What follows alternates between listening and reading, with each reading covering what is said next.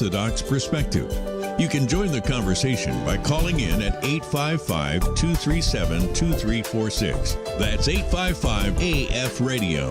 Father Tom is the priest at St. Nicholas Orthodox Church in Pittsburgh, Missouri, and welcomes guests from across the globe to discuss important topics of interest.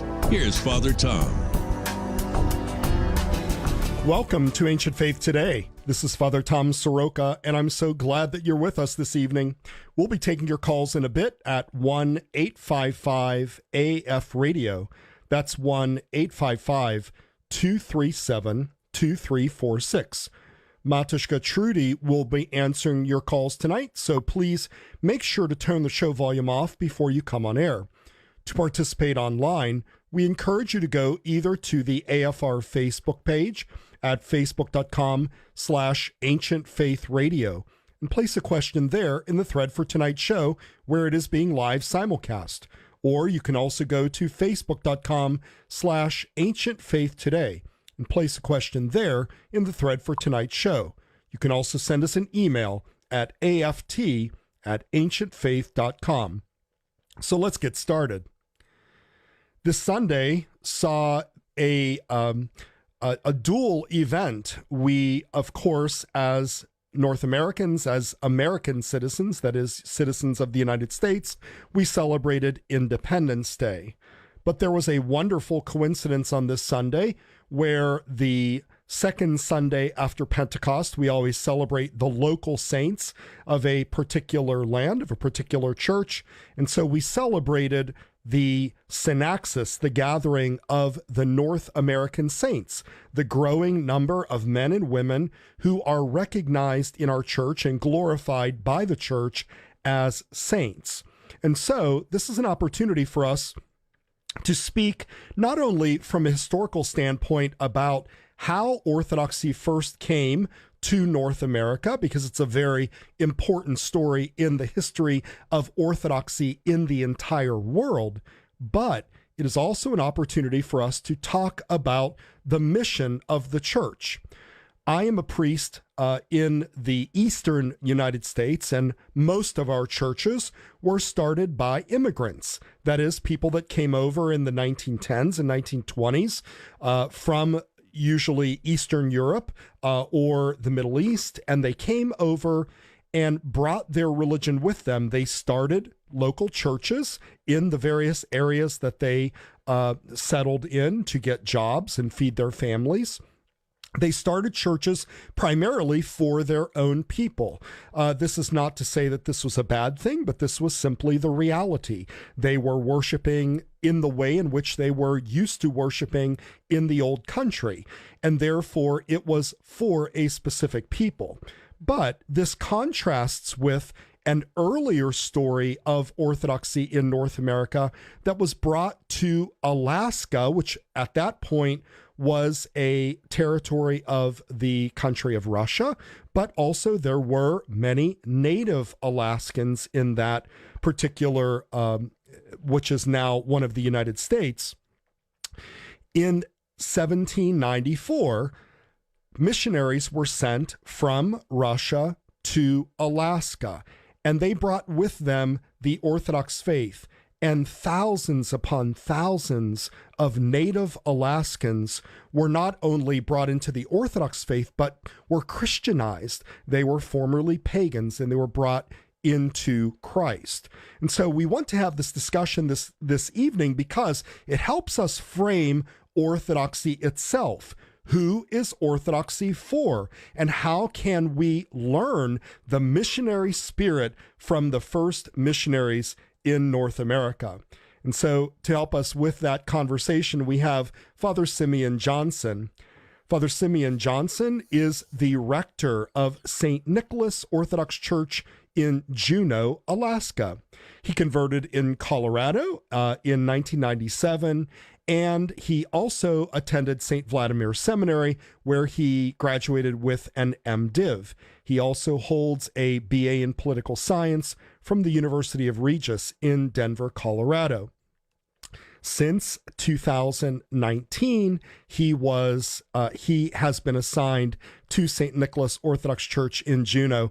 Father Father Simeon is also an accomplished musician, and I appreciate that very much about him. Father Simeon, welcome to Ancient Faith Today. Thank you for having me. It's an honor to be here.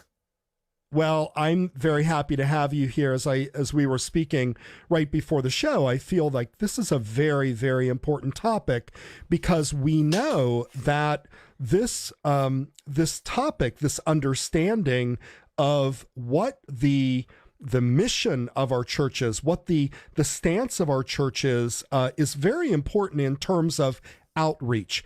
I often hear this on the internet by our detractors. They say that Orthodoxy is not evangelistic. Orthodoxy does not have a missionary effort. But we know throughout the 2,000-year history of the church, of the great missionaries of our church, and of course, ending here in North America with St. Herman. So before we get to that, Father Simeon, tell us a little bit about yourself. I know that you converted to the Orthodox faith. How did you come to be Orthodox, but also then a priest, and then end up in Alaska? Well, I find that St. Herman and St. Innocent have had their hands in at least my being in Alaska from the very beginning of my journey into Orthodoxy in 1997. But the journey actually goes back farther than that. I was, born in Colorado. I was the child of a pair of 50s hot rodders. And I was raised in a generally Protestant, but I don't have any use for actually going to church anymore. Couples, myriads of issues that created that. But as I was graduating high school and in my senior year, at the end of my junior year, I was selected to be a student ambassador to the Soviet Union in 1990. Oh, wow. So, 1988, I was selected. So we spent most of the rest of 1988 and that entire 88 to 1990 kind of preparing for this mission to this. Basically, it's just a student trip through People to People International. I mean, it's a very secular trip, and it's through a secular organization founded by President Eisenhower. And of course, we're going to the Soviet Union.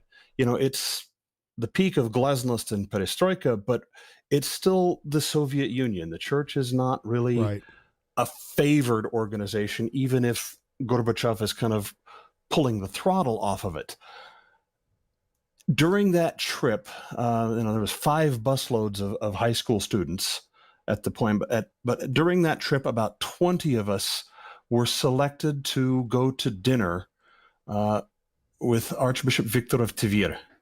And I remember just the dinner. It was a very unique dinner because, he didn't speak a lick of English. Most of us didn't speak any Russian.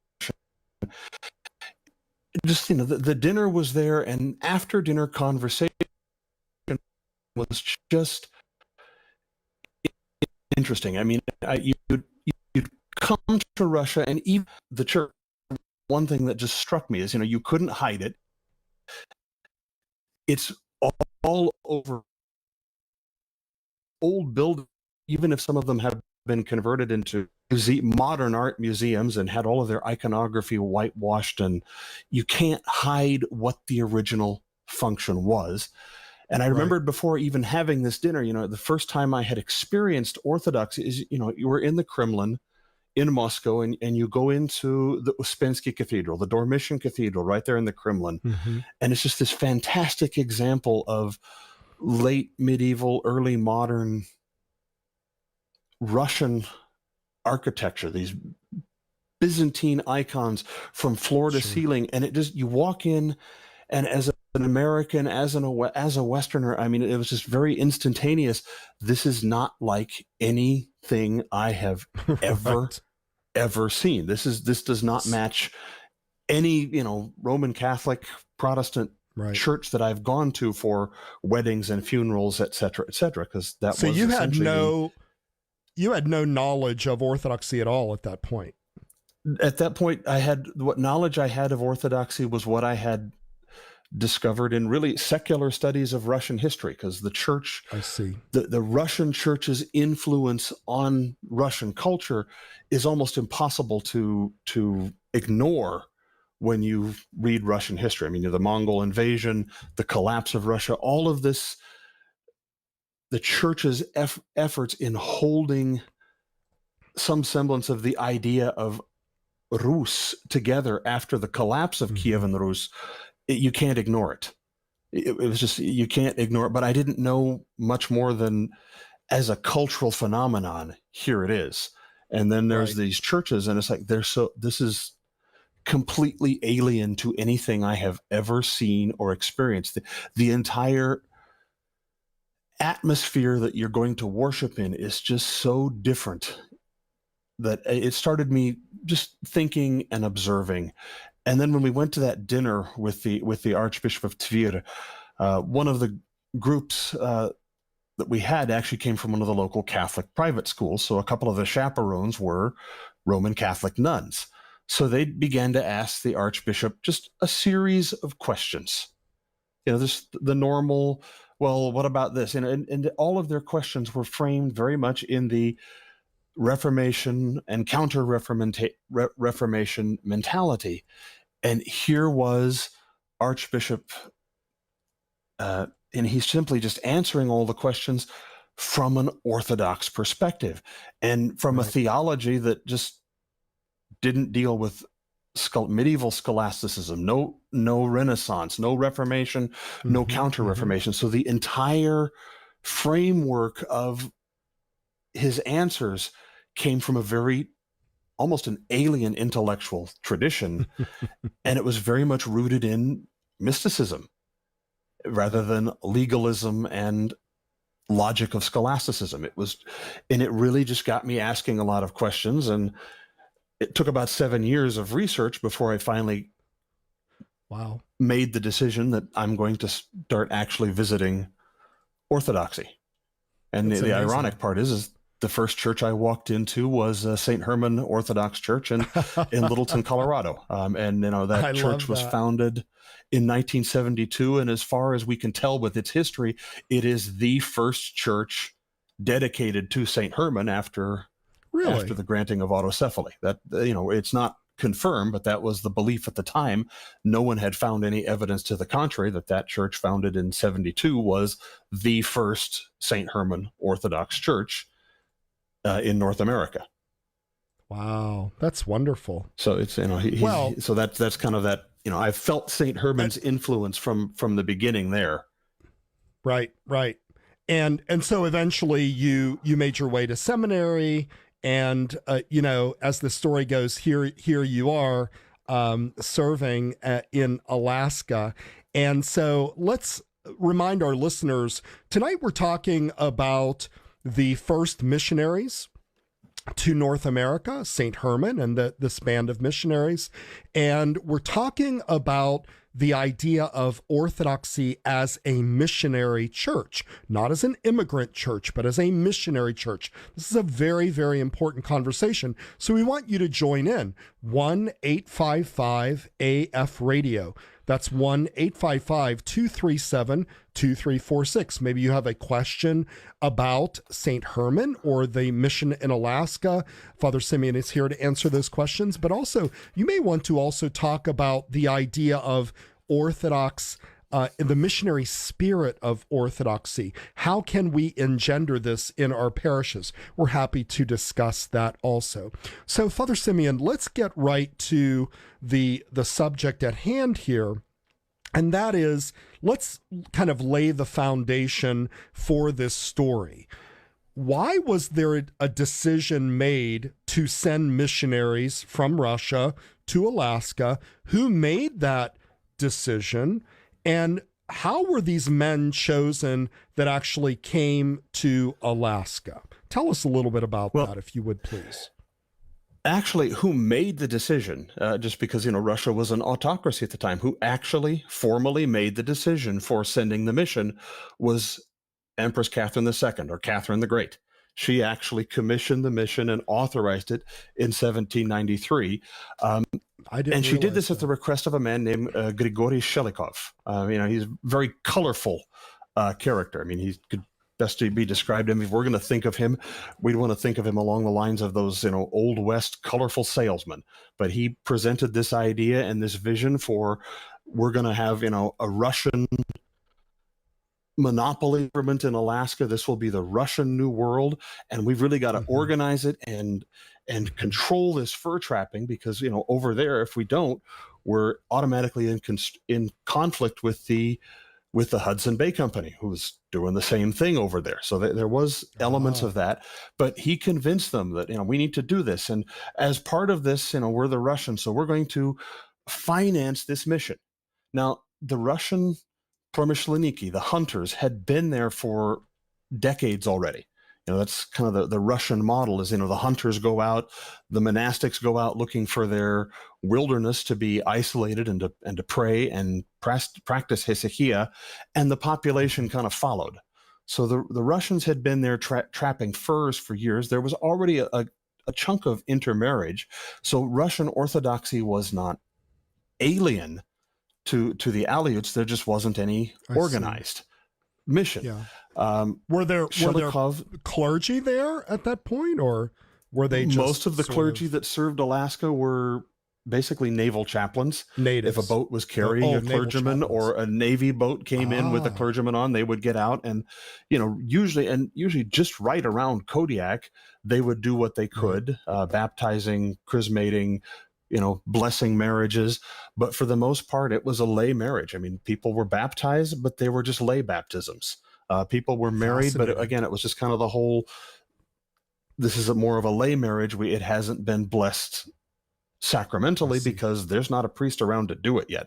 It's very much a primitive frontier environment, but the Russian people that were there were already evangelizing to a degree. We'll discuss problems with this later, but Shelikov promised as part of his, we need you to authorize this monopoly for my company. And so we're going to provide this. We're going to build this kind of a city. We're going to build this gorgeous European city on Kodiak. We're going to send a mission, and the Russian American company is going to provide everything for the mission. We're going to provide a chapel, supplies, everything that the monks need to live. So Shelikov and Metropolitan of St. Petersburg recruited these monks from Valam. They find my notes here on this one. They recruited at that point 1 archimandrite, 3 hieromonks, 1 hierodeacon, and 4 lay monks. And they traveled from Petersburg in 1893 to Moscow, and they actually left Moscow on their journey January 94. From Petersburg to Moscow to Kodiak, and they're beginning their journey in January 1794. It's it still just boggles my mind, this the what they had to have done here. This is over 100 years before the Trans-Siberian. There's no railroads, so everything was on foot, by sled, by barge. Of course, unbelievable. Provided rivers weren't frozen, and it took 100 horses to carry them when they journeyed horseback, and they took an entire 7,300 miles. They had to travel it in 293 days to get from point A to point B, and just living in the jet age when we have to complain that, I've got a 2-hour layover. Just a 293 day journey. Just I can't even wrap my brain around it. It's once you get outside of St. Petersburg, this is all wilderness travel. Yes, it's very much a wilderness. It's very remote. It's very isolated. As they traveled from Moscow to Irkutsk in the spring, and now Irkutsk is a bit inland. It's one of the major cities of Siberia, and they celebrated Pascha there. One of the lay monks was ordained to the diaconate in Irkutsk, and then they traveled on. And of course, this still took 3 months, May, June, and July. Archimandrite Yosef, the leader of the mission at this point, is talking, these were the best months to travel. Everything was green. We were able to travel by boat, and then we got to travel by horseback, and horseback was wonderful because we could really look around and see everything. And, the fields were green. There were bears around, lots of bears. So that was kind of nerve-wracking. They weren't very hostile, but they always spooked the horses. I mean, he's recording all of these stories. When they got to Okhotsk, then they sailed to Kodiak and arrived in September 24th in 1794. And this is where they began to notice a lot of problems and a lot of changes. And they arrived in Kodiak. Alexander Baranov was the governor, and the missionaries found absolutely not one thing that Gregory Shelikov had promised them. There was no school, there was no chapel, there was no supplies. There weren't even metal for plows because, in that era, the mission was expected they had to grow their own food. That's part of why they brought some of the lay monks, as they were going to be the administrators and run the farm, run the garden to make sure that the food for the mission was grown. And, they had to plow with wood.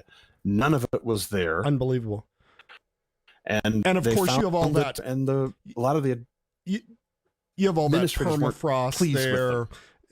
Yeah. Yes. You have all that. You have a very difficult situation there. You have the sort of the water that's everywhere. Alaska is, especially in the Kodiak area, that's kind of a marshy area, right? So you have very marshy, very wet. Yeah.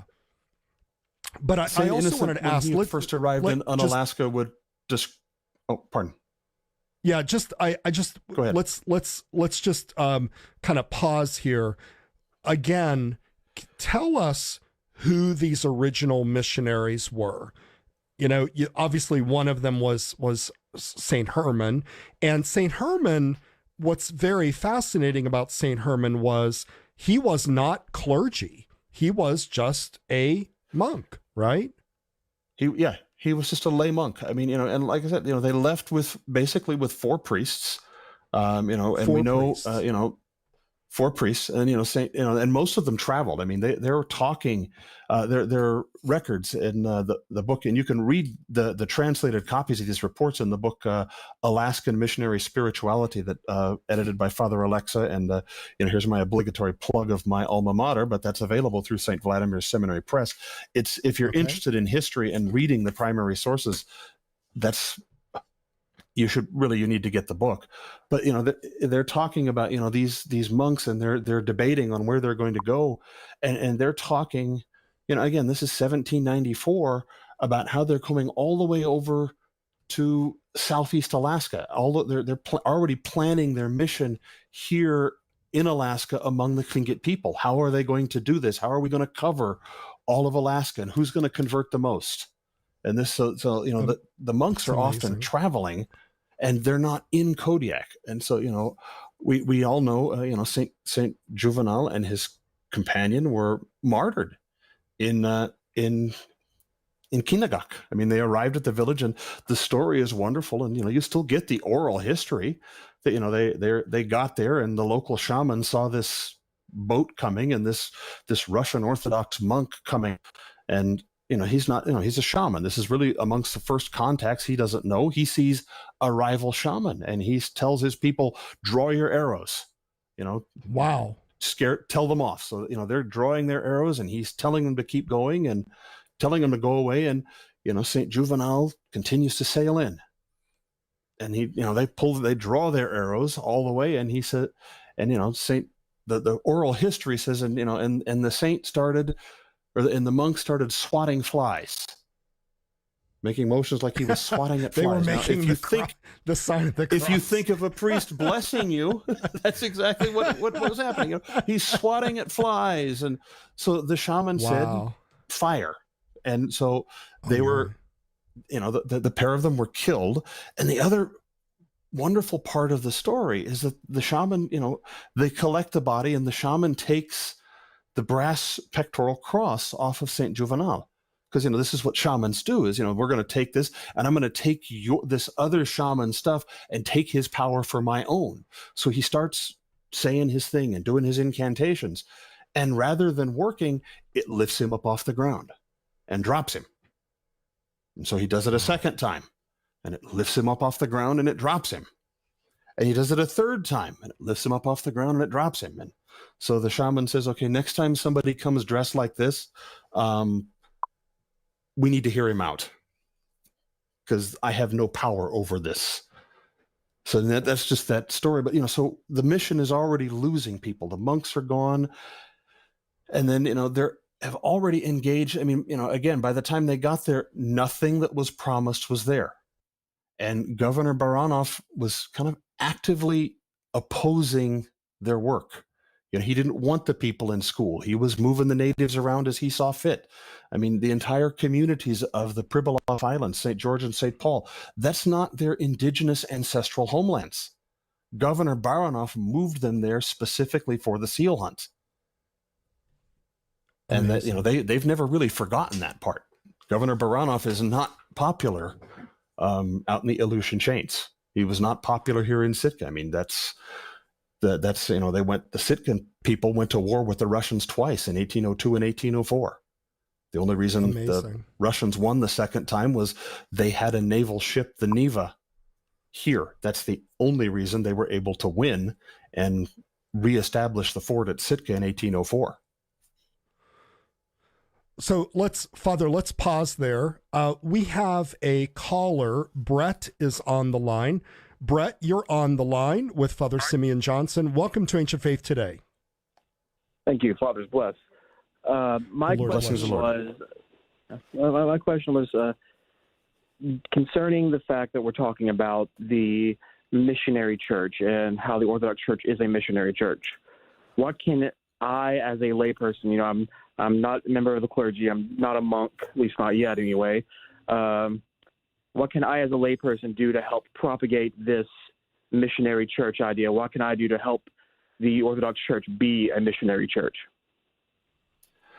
I think the best thing for the Orthodox Church to be a missionary church is to just be the Orthodox Church. Our best witness is just being who we are.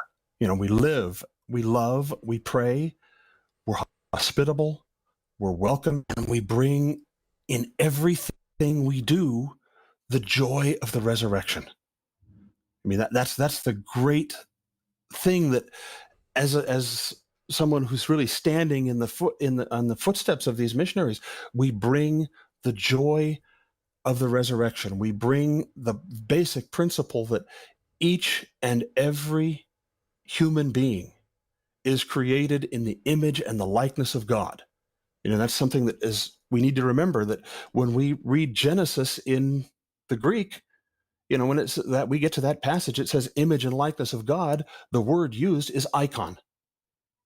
Every human being we look on is an icon of God. And that really is, if you want to boil St. Herman's philosophy, particularly as he entered into conflict with the Russian American company and Governor Baranov's abuses, that's really the bottom line of his arguments, is these are icons of Christ. We are Christians, and we need to treat these people with the same respect we treat an icon. And that's all we need to do. Live our faith, love our faith, pray our faith, and as St. Herman says, from this moment, from this hour, let us strive to love God above all and seek to serve his holy will. Brett, can I also just add to what Father Simeon is saying? And that is, there is a challenge here. In other words, the way that we comport our parishes, the way that we show how we are Orthodox, is both personal and communal. So, in terms of what Father Simeon is saying, absolutely. I mean, we have to embrace the fullness of our faith in the way in which we worship, in the way in which we raise our families, the way in which we speak, how we keep the feasts in our homes, and how we go to church, and all of these things are very important, because I think this is a witness to the world. But I do think, and this was the conversation that I was having with Father Simeon before the show, and it was really something that I spoke about in my church on Sunday, because there's a wonderful opportunity here. And that is, we have to realize that we, on the one hand, we are very thankful. I don't know where you live, Brett, but I live in the eastern United States. And as I said at the beginning of the show, many of our parishes are immigrant parishes, and we're very thankful for that. However, we are no longer an immigrant church. In other words, we have to recapture this missionary spirit. And there are parishes that are, on the one hand, sort of failing, because they want to maintain this immigrant mentality. And there may be good reason for that. They may have recent immigrants or whatever. However, the church itself, as you know, Brett, is not an exclusive club for one ethnicity, right? This is the Church of Christ for both Jew and Greek. And so that is for everyone. And so we have to emphasize this again and again, and we have to maybe even get out of our comfort zone in the way in which we proclaim the Orthodox faith. So, Brett, I'm interested in hearing your thoughts about this. I'm very appreciative of your call and your question, but what are your thoughts about what we can do as Orthodox Christians to have a more missionary-minded spirit? I'm in full agreement with both of you fathers. My thought, though, is that there is an issue of visibility in the Orthodox Church. A lot of people out in America, do not know what Orthodox Christianity is, or if they do, it's, Catholicism minus the Pope. It's, there's a marketing issue, if you will, for Orthodox Christianity. And I try to explain it to the best of my ability whenever anyone asks me. I have, I have a diptych on my desk of Christ and the Theotokos at work, and I have visitors ask about it all the time, and I try to explain it to the best of my ability. And so I just think that, really being able to make it visible, make Orthodoxy more visible to the minds of everyday Americans is an issue that we suffer from. Understood. And I don't know, I don't know if it's a marketing issue. Of course, the late Metropolitan Philip once said that we are the best kept secret in America. And of course, he was not he was not saying that we should stay this way, that we have to somehow reach out and assert ourselves. I think our small numbers sort of makes us somehow invisible, but we have so much to offer the Western world, and this is the opportune time, I believe, to do that. Brett, thank you so much for your call. I appreciate it very, very much. God bless you. Thank you, Father. 1-855. Thank you. 1-855-AF radio. That's 1-855-237-2346. We're at the bottom of the hour, so we're going to take a short break. When we come back, we're going to continue to talk to Father Simeon Johnson about the first missionaries in North America, St. Herman, and this band of missionaries who came here at great cost to their own personal comfort and their lives, spreading the gospel, the fullness of the gospel. What can we learn from them today? You won't want to miss it. Come right back. Father Tom will be back in a moment. In the meantime, the lines are open at 855-237-2346. Don't go away.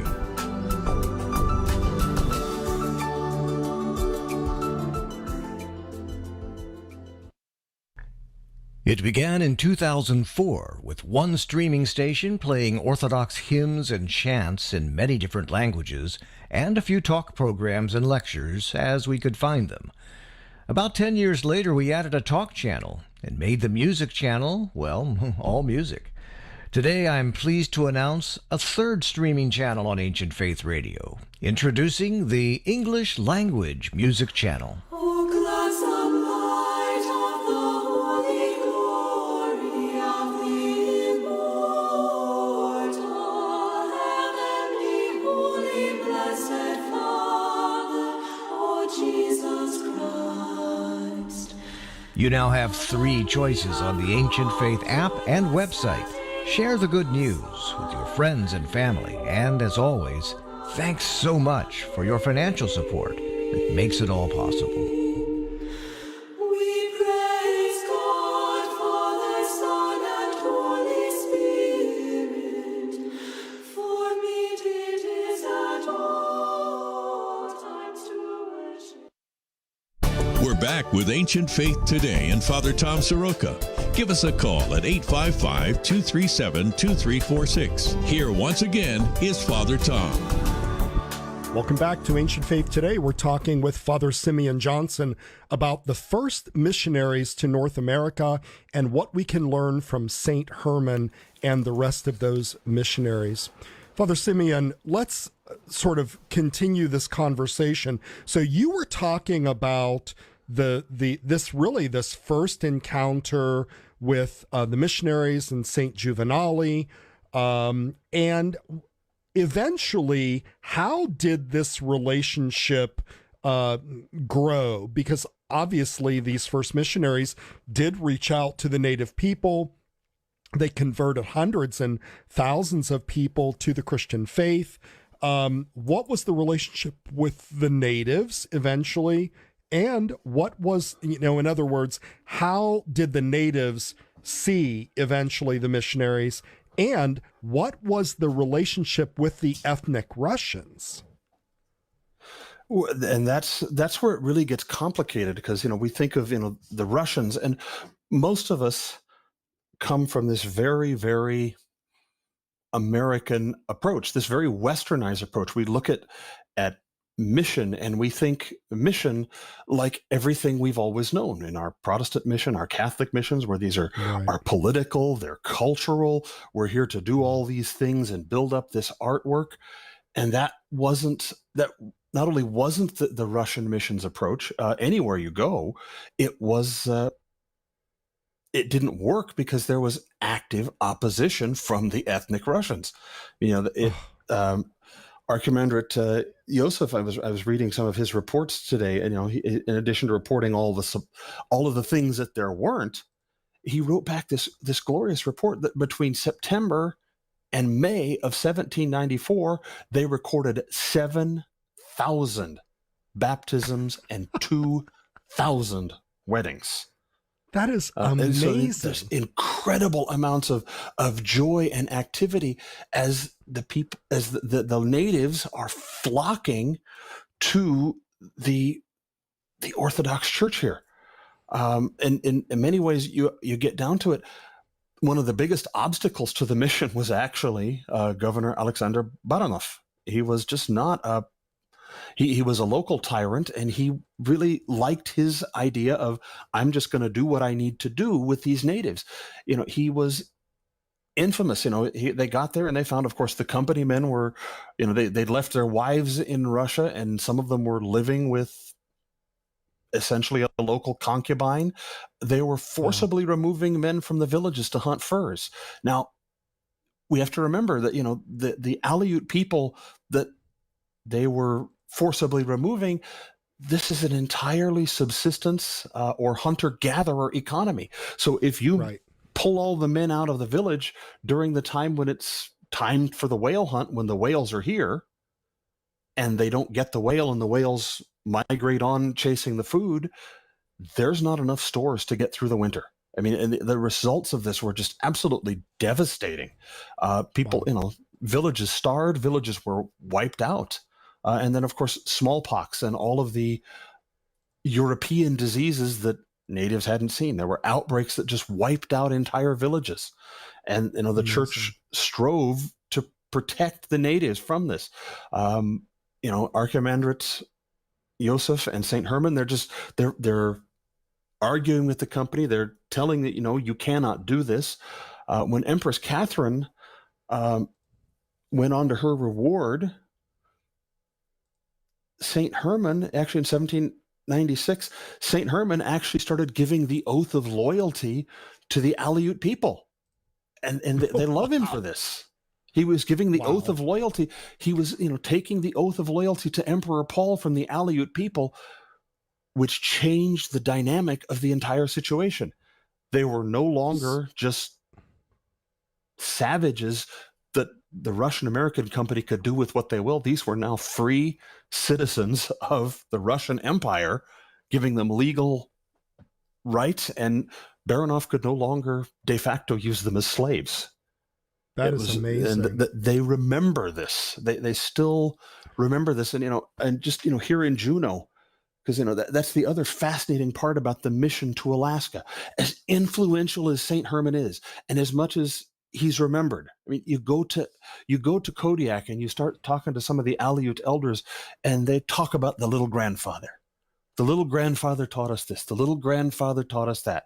The little grandfather, and you're assuming this is the little grandfather. This is somebody just passed on in the 60s, within living memory. They're not talking about anybody. They're talking about St. Herman. That's St. Herman. They still speak about him with affection and love. With affection, and they expect, you hear about him, and it's, he's never left them. He's never left them, and you can feel his presence. And that defense of the natives against abuses is really what gave the mission the strength to survive after the collapse of the Russian government. Because, the mission was financed by the Russian government until 1917, even after the sale of Alaska. And the greatest growth in the mission was actually in the 1790s or the 1890s, almost 100 years after St. Herman arrived. Wow. St. Nicholas Juneau, most of the Tlingit, again, I mentioned they went to war with the Russians twice. There was always a hostile relationship, and there was only a small handful of the Kiksadi people around Sitka that actually converted during the Russian period. St. Nicholas Juneau was founded in 1893 at the request of the local Tlingit population. I mean, and it was this enculturation that, as American missionaries were bringing their style, the Tlingit knew, because again, there'd been contacts back and forth going back to the first mission. They're talking in these letters in 1794 about going over to the Kolosh, which is what the Russians called the Tlingit. So they knew of the Russians. And as American missionaries were here, a lot of the Russians, the natives in Southeast, were looking and deciding, well, the Russians aren't asking us to give up our language, give up our culture, and become Russian. They're just allowing us to be Orthodox ourselves. So let's pause there. Yeah, let's pause there, because I do want to talk a little bit about this idea of enculturation. We're going to get there in a second. Let's remind our listeners, 1-855-AF Radio. Would love to hear from you if you have any questions about the first missionaries, or if you'd like to talk just about Orthodoxy as a missionary faith. We'd love to hear from you. So before we go on to, Father, the later 1800s, let's go back and let's talk about the work of St. Herman and these missionaries, because you had mentioned something before that was really fascinating. I didn't know that. In other words, when they were brought over, they were told, we're going to give you this, we're going to give you that, there's this here, there's that there, and none of it existed, right? They just got off the boat and there was nothing there. So what did they actually accomplish? Did they build any of these things? Did they build schools and a home for themselves, churches? What did these first missionaries actually accomplish besides the amazing number of baptisms? You said 7,000 baptisms. It's like unbelievable. So what kind of things did they build specifically? Well, they built the church. They had to build their own chapel. And that's just, they built their own chapel, and they're talking, by the time they've done it, they had to build a couple others.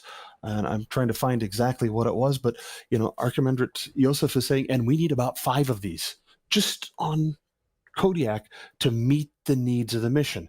And they're struggling trying to find ways to do it. They've built the school, and Governor Baranov was actively resisting the school. He was actively preventing natives from coming to these church schools.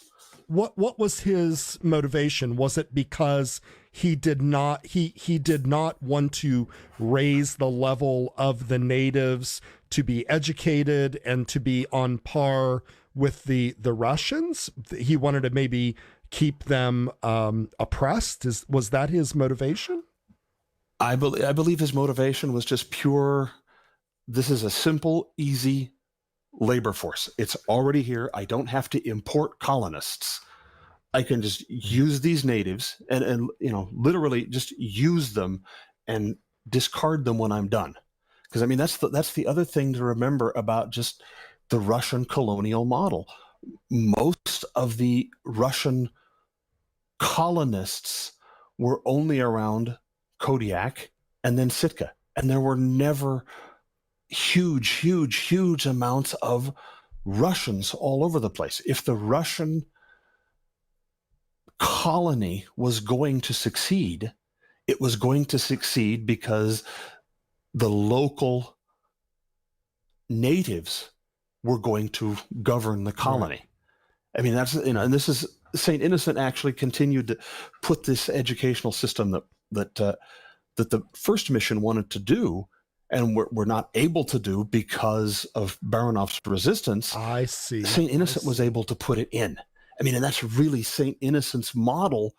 It really is the same model that was intended. Because, of course, by night, yeah, let's go there now, because we're nearing the end of the hour. And so, St. Innocent, obviously we talked about St. Herman, how much the people loved him. He was really a simple monastic. Many people don't realize he wasn't a priest. He was this towering figure because of his humility and because of his love for the natives. But then, 80 years later or whatever, you have St. Innocent. He comes. St. Innocent is a completely different person, right? This charismatic Renaissance man that comes and really just explodes in terms of work and development in the church in Alaska. So tell us a little bit about St. Innocent. Indeed. Well, St. Innocent, he was Siberian. He was born and raised in the church. And, he went to seminary. He was one of the top candidates. He was a married priest, Father Johann Popov. And, the stories are actually very funny because, they were looking for priests for Alaska. They after eventually Governor Baranov was retired, and they needed new priests in Alaska. There were churches there, but there weren't priests. So they were looking for them. And St. Innocent was graduated at the top of his class. He was just kind of expected to have a very typical career as a 19th century Russian cleric. He's going to be a priest. He'll be the dean. He'll have a good career. He'll have a good retirement, and so on and so forth. And as he tells himself, Alaska wasn't really even on his radar. And while he's there, he's hearing these stories about these pious Alaskans and how they are working themselves as laymen. And they're basically serving monastic style readers' services the way St. Herman had taught them to do in these villages. They're surviving as they go. I mean, there's stories that, natives are getting these visions and people are teaching them orthodoxy. And St. Innocent talks about these visions. He meets some of these Aleuts and it's like, well, what are these guys teaching you? And well, that's Orthodox. And it turns out that this little humble native man has been being taught orthodoxy by angels or by saints. We're not entirely sure. And St. Innocent records this story, but he didn't have Alaska on his mind. He heard the story and he volunteered. Now, then he had to go back and, of course, tell Matushka that what he'd just done. I'm not in, I mean, I can imagine. Oh, by the way, honey, I know we had this, but we're going to Unalaska. we're going to get on a boat and we're sailing off to Unalaska now, where I'm going to be the priest. And, and he's covering multiple parishes over 500 miles. The only way to get back and forth is by canoe or by darka, the little canoes. I mean, he's literally paddling himself from point A to point B to do this vast ministry. And he arrives and immediately he begins the work, some of which had been begun by the first missionaries, of translating the services into Aleut. And if for anyone who doesn't know, St. Yakov Nietsvetov or St. Jacob also worked very hard. And the two of them basically translated the Gospels, the liturgy, and really did massive amounts of work translating into the native languages. And that has been a very critical piece of the Alaskan mission, even to this day. I mean, just, a side story on this, the continued legacy when St. Nicholas Juneau was founded during the American period, the argument was with the Orthodox Church from the Protestant missionaries is, well, you can't pray in those native languages. You can't use savage languages to pray. You have to use civilized languages like English. And so when you come to Juneau, our deacons' doors do not have the archangels or the deacons on them, because when the natives converted, the Russian Mission Society sent the architectural plans and the icons for the iconostas, and along with a number of other supplies. But when they painted the deacons' doors, when they wrote those icons, they wrote St. Cyril and St. Methodius on those icons. Huh. Very much just the whole, what savage languages, whatever. We had this debate 1,000 years ago with Cyril and Methodius with the, you can't translate into Slavonic. You have to use the holy languages of Greek, Latin, and Hebrew. This is a settled point long time ago. So yes, we can, and we will continue this work here. That's fascinating. And that's St. Innocent's legacy. That's St. Herman's legacy. But we're not here to make the people we're evangelizing into someone else. You don't have to convert to Orthodoxy and become a Russian or a Greek or anything else. If you already are Russian, you don't have to stop being it to be Orthodox. But we don't have to expect anybody else to be something other than where we are and who we are. So, Father, let's talk a little bit about that, because we're winding up the hour. So, in terms of the language, we understand that Saint Innocent encouraged the use of the vernacular for these natives. What about their culture? So this is always a hot topic, I think, in Orthodoxy, because, we hear about, well, there's no American culture, and the American culture is pagan, and we can't use, paganism. It seems to me that this idea of enculturation is very nuanced in Orthodoxy. In other words, we don't, necessarily put a totem pole in a church, but there are elements of native culture that they baptized. Is that the case? I mean, do you feel like, now that you're in Juneau and you've witnessed the native culture, what kind of marriage of and baptizing of native elements have you seen within the Alaskan church? Well, particularly here in Southeast Alaska, I mean, the Tlingit art, it's really Pacific Northwest in its style. So it looks different, but they have the clan crests or the at'u that are just, they're literally part of their identity. And it's something that they say, this identifies you to the spirit world. And a lot of my natives, it's very unique because a lot of them have taken to the point of, they put on all their clan regalia, their button blankets with the frog and the salmon and all of these things.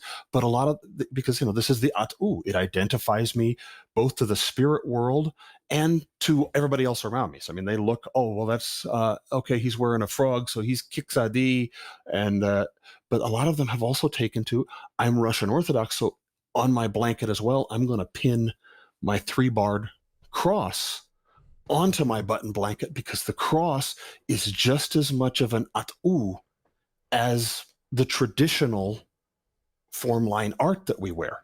And that's been just a very unique thing. Just, how to handle this at a funeral was one of the first, the shocking things that you deal with, because you come in to do a funeral and here people come with the casket. It's a native casket. And here it is draped with the button blanket and all of these, particularly what, a lot of evangelicals, well, why are you letting them bring that pagan thing into the Orthodox funeral? Because all that spiritual stuff, that native stuff, that's pagan. You can't have it. And that's the point that the church continues to hold is, yes, we can. It's, we essentially, it doesn't have a worship aspect. The Tlingit do not worship their clan crests. To them, it works in many ways just like a flag. And as I've said, you wouldn't tell a military man that they couldn't put the American flag on the casket and bring it into the Orthodox Church. Why are we telling natives that they can't put their things on it? And that's the protocol we basically adopted. We treat it like a military flag. Right. But let me ask you, in terms of the idea of, can that be taken too far? And I'm just maybe playing devil's advocate a little bit here.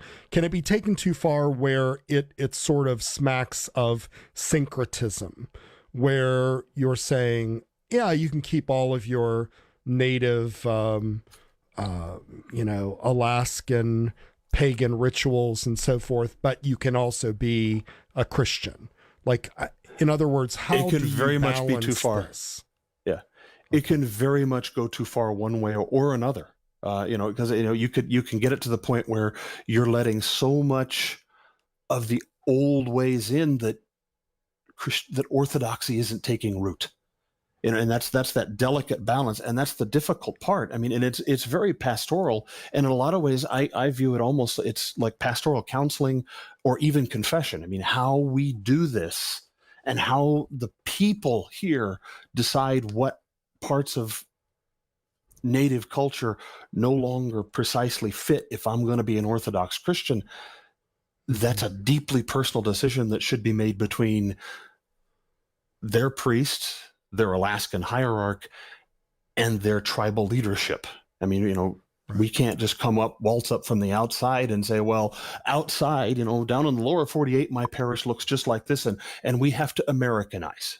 I mean, that's one thing that I've noticed that it was very beneficial that, we have to Americanize. We have to get out of the idea of being just an immigrant church. It's something that in the Rocky Mountain Deanery, Father Joseph Hirsch and now Father Anthony Carbo, the deans, they very much hold this very dear to the entire approach of the deanery. We have to get out of the idea of just being a little immigrant church. Now, if we bring that same spirit of we have to make everything Americanized, and we have to make the Alaskan church look just like it does on the East Coast or the West Coast or in the Diocese of the South or in the Midwest, we're actually going to do more harm to the Orthodox witness than we are help. Because when you bring it up here and, we've got to Americanize, the people here have dealt with, you have to Americanize in the context of, and you have to give up your language and your culture, and we're going to pull all your kids out, and your kids are going to leave you all summer long, and I'm going to fly them thousands of miles away and put them in a boarding school. And we're going to wash their mouth out with soap if they speak their native language. So there's a level of it, you have to, and that, I think that's in the long run. Yeah, it's something I think we have to be sensitive to it, and we just have to understand that Orthodoxy in America is not going to look exactly the same from region to region. I mean, that's the one thing. I grew up in the West, and coming on the East Coast, it's like, I don't think I can import Colorado style Orthodoxy onto the East Coast and vice versa. Right. And we can't export Alaskan Orthodoxy purely into the lower 48 or vice versa, but we can learn the difference. I mean, that's, I think I've got a little piece here that I'm going to read. This is from, actually from 1901. This is an old piece I'm going to read. The main problems and character from the Russian foreign mission work by Hiram Dionysius in 1901. And he makes the comment on foreign missions, parenthesis in the Russian Orthodox Church, they're not of a political nature, neither do they aim at a cultural character. They don't understand their tasks in the sense of propagating European culture or European civilization among the savages, in a sense that imparting to other people useful knowledge, handicrafts, and the like, and never have set cultural problems in the place of their own proper spiritual tasks. European culture doesn't owe much, and there's a lot of other things. I'm not going to read the entire paragraph. That the relevant place to do is that Orthodox, we are not here to do that. We are here to be Christians. We are to be loving, suffering, and ready to give up everything that we have for Christ's sake. By over importing, I mean, that's the point that Hiram Dionysius is talking about here in 1901, and he's quoting St. Innocent in some of these things, and Bishop Nicholas Ziorov, who was the predecessor to Saint Tikhon of Moscow. We cannot expect to just plop a model from abroad onto North America. We really can't expect to do it, and to do it well, or to have it work.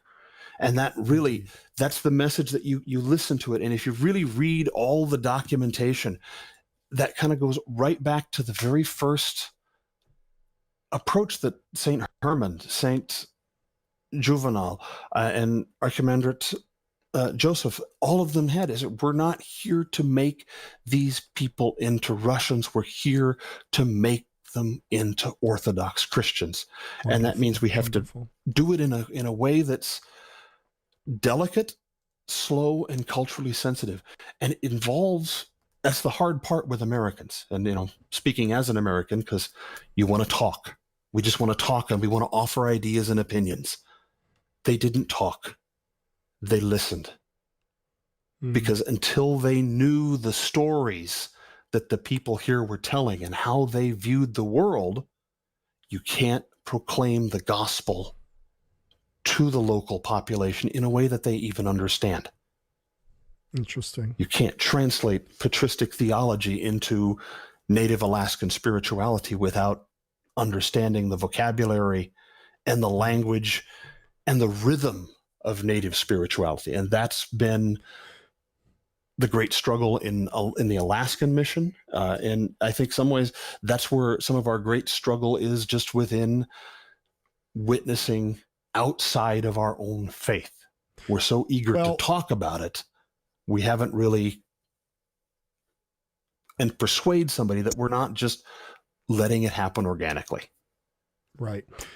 So Father, thank you so much. We're out of time, but actually that whole subject brings up another issue that I'd love to have another show with you about, and that is the contemporary challenges of the Alaskan Church and the North American Witness and so forth, because I know that, there have been other challenges that we didn't get to, Protestant missionaries and Catholic missionaries and so forth. That's a very important part of the story of Orthodoxy in Alaska. Father Simeon Johnson, thank you so much for coming tonight to help us understand a little bit about the first missionaries in North America and what a sacrifice they made and what a tremendous accomplishment they made, not in simply ministering to their own people, but really reaching out with the gospel of Christ to these native Alaskans. Father Simeon, thank you so much for joining us this evening.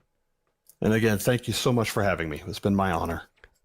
Appreciate it very much. Before I share a few final thoughts, I want to again offer my sincere thanks to Father Simeon for joining us tonight. Thanks to Trudy for engineering the program, for everybody that listened in, and for our questions and callers. Here's a few final thoughts. I just wanted to read this hymn, the Stichira, about Saint Herman, because I think it encapsulates the idea of the beauty of this particular mission to Alaska, to North America, by this simple monk, Saint Herman.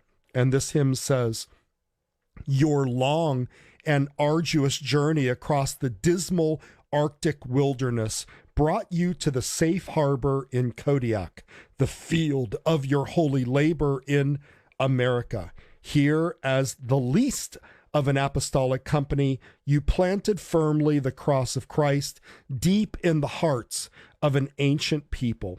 Together with them, we cry aloud, O blessed Herman, pray to Christ, the King of glory, that our souls may be saved." And that's our show for tonight. Remember to like us on Facebook at facebook.com/ancientfaithtoday. Share out our program after that's posted. Give us your feedback and contact us with any ideas or topics that you might want to hear about. Join us next Tuesday evening for another edition of Ancient Faith Today. Good night, everybody.